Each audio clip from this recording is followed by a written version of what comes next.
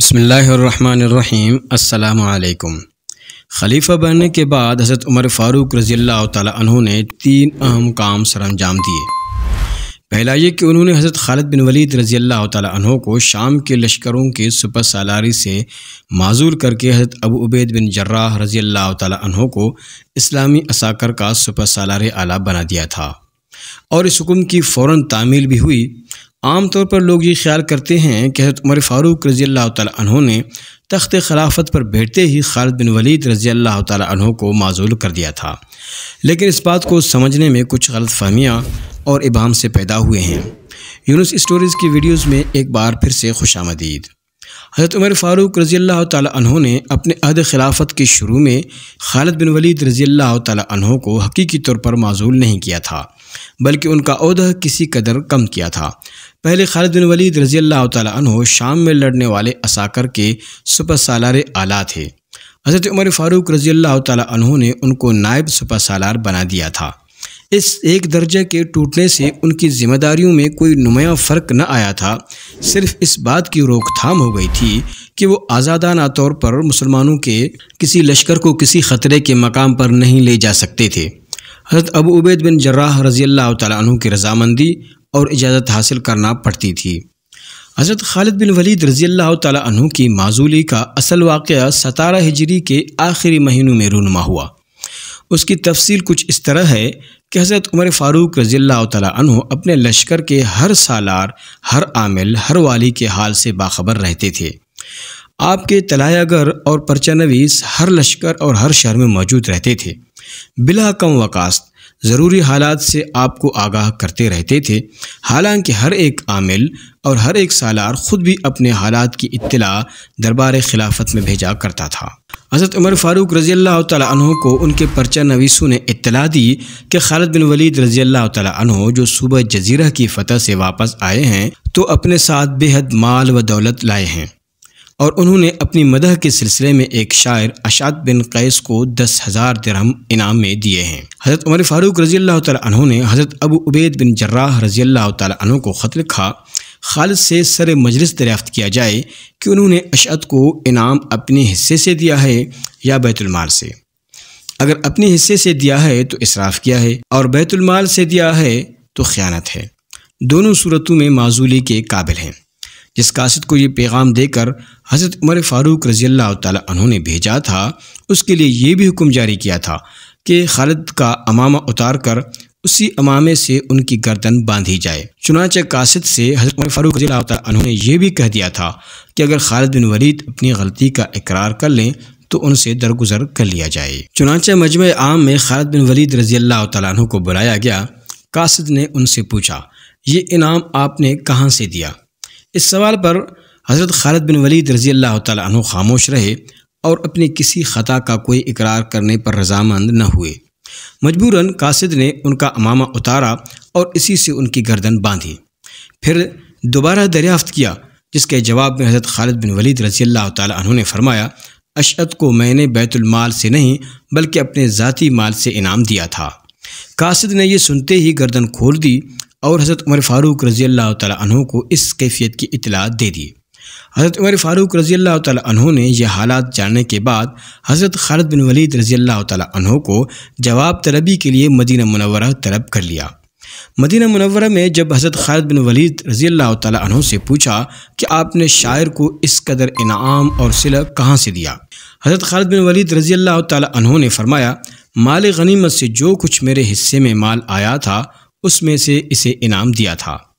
پھر حضرت خالد بن ولید رضی اللہ تعالی عنہ نے کہا، میری رقم کا حساب لیا جائے، اگر 60,000 سے جتنی رقم زیادہ نکلی وہ میں بیت المال میں جمع کر دوں گا۔ چنانچہ آپ کی اس پیشکش کو قبول کر لیا گیا۔ جب رقم کا شمار کیا گیا تو 20,000 کی رقم زائد نکلی، جو حضرت خالد بن ولید رضی اللہ تعالی عنہ کی رضامندی سے بیت المال میں داخل کر دی گئی تھی۔ اس کے بعد خالد بن ولید رضی اللہ تعالی عنہ اور حضرت عمر فاروق رضی اللہ تعالی عنہ کے درمیان صلح صفائی ہو گئی اور کوئی کدورت باقی نہ رہی، اور دوبارہ آپ جنگوں میں پہلے کی طرح حصہ لیتے رہے اور نائب سپہ سالار کی حیثیت سے کام کرتے رہے۔ حضرت خالد بن ولید رضی اللہ تعالیٰ عنہ کو معزول کر کے حضرت عمر فاروق رضی اللہ تعالیٰ عنہ نے در حقیقت مسلمانوں پر ایک بہت بڑا احسان کیا، ایک ایسی مثال پیدا کر دی کہ دین کو دنیا پر مقدم کرنے اور خدمت دینی کے مقابلے میں اپنی ہستی کو ہیچ سمجھنے کی مثالوں میں سب سے پہلے ہم خالد بن ولید کا نام لیتے ہیں۔ حضرت خالد بن ولید اگر مرتے دم تک لشکروں کے سالار اعلیٰ رہتے تب بھی ان کی بہادری اور جنگی قابلیت سے متعلق اس سے زیادہ کوئی شہرت نہ ہوتی جو انہیں آج بھی حاصل ہے، لیکن اس معزولی کے واقعہ نے خالد بن ولید رضی اللہ تعالیٰ عنہ کی عزت اور عظمت میں ایک ایسے عظیم الشان مرتبے کا اضافہ کر دیا جس کے آگے ان کی سپاہ گری اور بہادری کے مرتبے کی کوئی حقیقت نہیں۔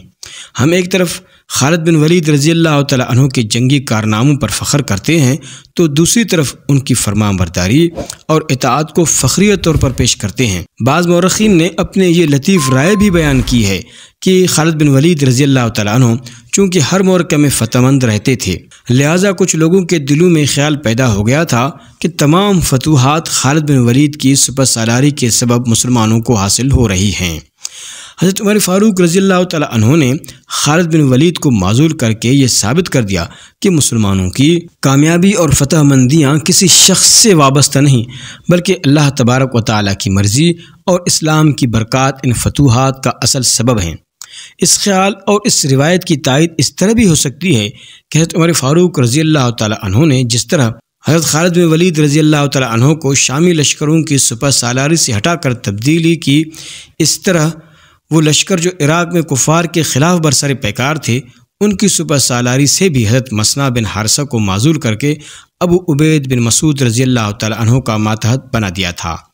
آج بھی اگر مسلمان اسلام کی پیروی میں صحابہ کرام کا نمونہ بن جائیں تو وہی کامیابیاں اور وہی فتح مندیاں جو قرون اولیٰ میں حاصل ہوتی تھی پھر حاصل ہو سکتی ہیں۔ حضرت خالد بن ولید رضی اللہ تعالیٰ عنہ کو شامی لشکروں کی سپہ سالاری سے ہٹا کر فاروق اعظم رضی اللہ تعالیٰ عنہ نے خلیفہ بننے کے بعد پہلا کام سر انجام دیا تھا۔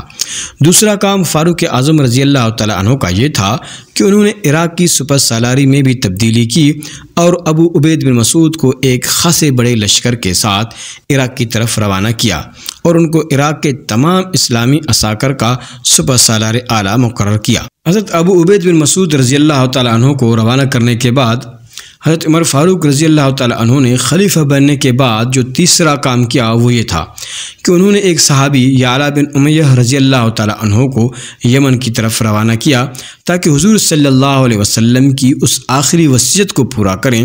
جس کے تحت حضور صلی اللہ علیہ وسلم نے فرمایا تھا کہ عرب کی سرزمین میں مسلمانوں کے سوا کوئی یہودی اور کوئی نصارہ نہ رہنے پائے، کیونکہ مسلمان حضرت ابوبکر صدیق رضی اللہ تعالیٰ عنہ کی خلافت کے 2.25 سال دوسرے بہت سے امور کی انجام دہی میں مصروف رہے تھے، لہٰذا اس بنا پر حضور صلی اللہ علیہ وسلم کی اس وصیت کو پورا کرنے کا موقع نہ مل سکا تھا۔ حضرت عمر فاروق رضی اللہ تعالیٰ عنہ نے حضور صلی اللہ علیہ وسلم کی اس وصیت کو پورا کرنے کے لیے یعلا بن امیہ کو حکم دیا، یمن کی طرف روانہ ہو جاؤ، نجران کے عیسائیوں سے کہہ دو کہ تم اس ملک کو چھوڑ دو، ہم تم کو حدود عرب سے باہر شام کی سرزمین میں تمہاری ان زمینوں سے زیادہ زرخیز زمینیں اور ان زمینوں سے زیادہ وسیع زمینیں دیتے ہیں، اور تم کو کسی مالی و جسمانی محنت اور نقصان میں مبتلا نہیں کرنا چاہتے، اس لیے کہ عرب کی سرزمین اب مسلمانوں کے لیے رہے گی،